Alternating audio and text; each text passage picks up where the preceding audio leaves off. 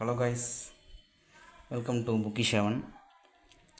ரொம்ப நாள் கழித்து ஒரு புக் ஹால் வீடியோ பார்க்க போகிறோம்.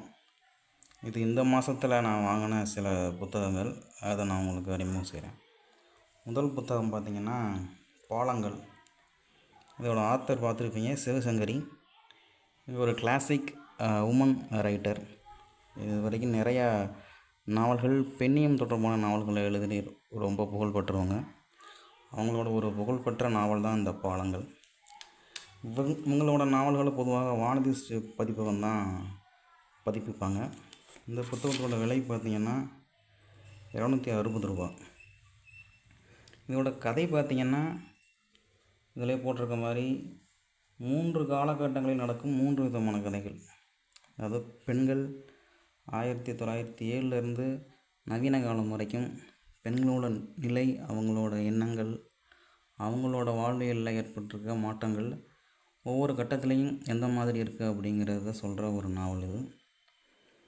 பெண்ணியம் தொடர்பான நாவல் தான், ஆனால் பொதுவாக எல்லோரும் வாசிக்கலாம், ரொம்ப இன்ட்ரெஸ்டிங்கான நாவல் தான். இதோட பக்கங்கள் பார்த்திங்கன்னா 384 பக்கங்கள் கொண்ட ஒரு புத்தகம். இதை நான் ஃப்ளிப்கார்ட்டில் தான் வாங்கினேன், நல்லா டீலில் கிடச்சிச்சு. அடுத்த புத்தகம் பார்த்திங்கன்னா ஐயனார் விஸ்வநாத் எழுதின ஹிப்பி அப்படிங்கிற ஒரு நாவல். சமீபத்தில் நான் பவுலோ கோயலோ எழுதின ஹிப்பின்னு ஒரு புத்தகத்தை படித்தேன். அது தென் அமெரிக்க நாடுகளில் அந்த ஹிப்பி கலாச்சாரம் 1970களில் உருவான போது அவரோட 20வது வயசில் ஹிப்பியாக இருந்ததை அனுபவங்களை ஒரு புத்தகமாக எழுதிட்டு இருந்தார். தமிழில் இப்படி ஒரு புத்தகம் இருக்குதுன்னு பார்த்தப்போ ரொம்ப ஆச்சரியம் அடைஞ்சு இந்த புத்தகத்தை வாங்கினேன்.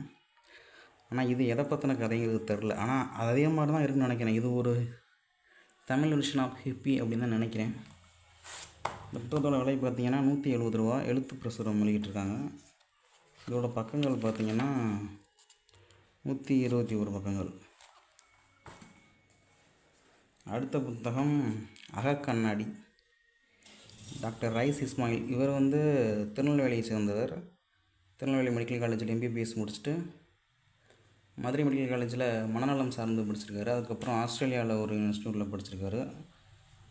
இங்கிலாந்து, ஆஸ்திரேலியா அப்படின்னு பல ஊர்களில் மனநலம் மருத்துவம் தொடர்பாக பணியாற்றிருக்காரு. இவரோட அனுபவங்களை தொகுத்து ஒரு புத்தகமாக வெளியிட்டிருக்காரு. இதில் பார்த்திங்கன்னா உங்களுக்கு 50 டாப்பிக்கில் மனநலம் குறித்து ஒரு டாக்டர் சொல்கிற மாதிரி அவரோட அனுபவங்கள், வெவ்வேறு நாடுகளில் வெவ்வேறு மக்கள்கிட்ட கிடைச்ச அனுபவங்களை நமக்கு சொல்கிறாரு. ரொம்ப இன்ட்ரெஸ்டிங்கான புக்கு தான். அது தமிழில் இந்த மாதிரி புத்தகம் வர்றது ரொம்ப அபூர்வம் தான். இதை சீர்வாசகர் வட்டம் ஆஃபரில் கொடுத்துருந்தாங்க. இதோட விலை பார்த்திங்கன்னா 180 ரூபா. அங்கே 150 ரூபாய்க்கு கொடுத்துருந்தாங்கன்னு நினைக்கிறேன்.